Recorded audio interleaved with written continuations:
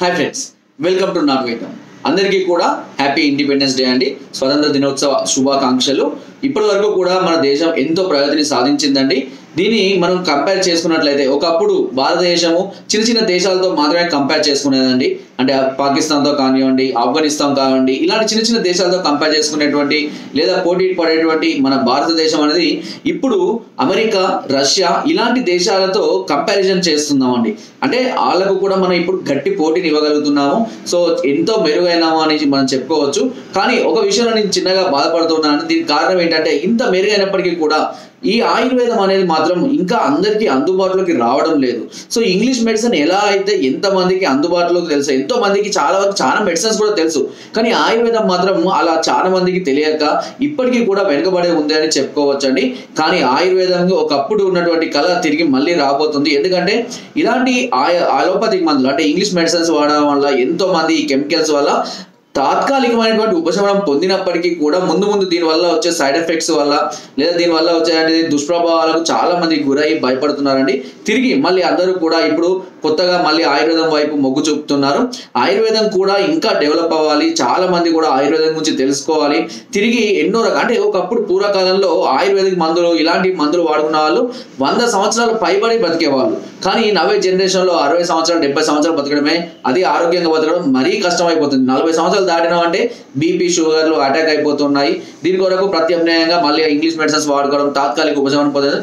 But ఆయుర్వేదంని నమ్మండి, ఆయుర్వేదంతో రండి, ఆయుర్వేదంతో కలిసి నడవండి.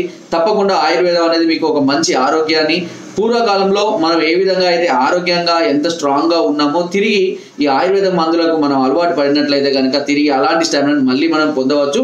సో ఎప్పటికీ కూడా సాధ్యమైనంత వరకు అందరికీ అందుబాటులో ఉండే విధంగా, అందరికీ ఉపయోగపడే విధంగా, అదేవిధంగా రిజల్ట్ ఓరియంటెడ్ చిట్కాలను, అదేవిధంగా మెడిసిన్స్ మాత్రమే అందిస్తున్నామండి.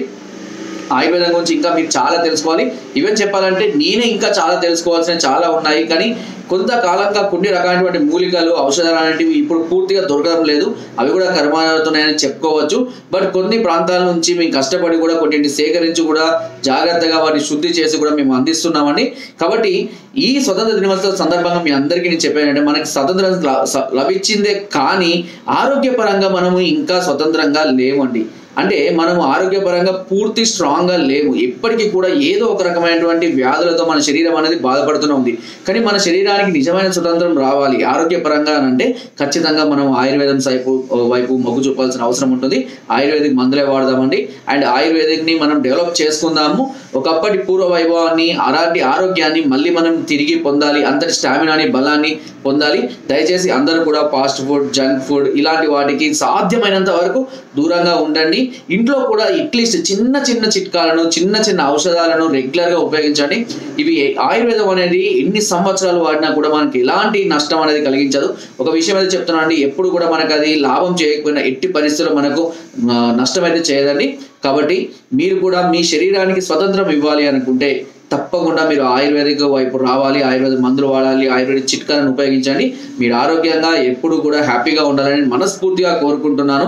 మీకున్న సమస్యలను సాధ్యమైనంత వరకు త్వరగా క్యూర్ చేసే విధంగానే మేము ఆయుర్వేదం మందుల్ని మీకు అందిస్తూ ఉంటాము. అండ్ మీరు కూడా ట్రస్టెడ్గా మమ్మల్ని నమ్మి ఇప్పటి వరకు సుమారుగా 8 సంవత్సరాల పైగా మేము సక్సెస్ఫుల్గా రన్ అవుతున్నాం. తప్పకుండా దానికి మీరు మాకు అందిస్తున్నటువంటి ప్రోత్సాహము, అదేవిధంగా మీకు మా మీద ఉన్నటువంటి నమ్మకం అనేది మేము నిలబెట్టుకుంటూనే ఉంటాము.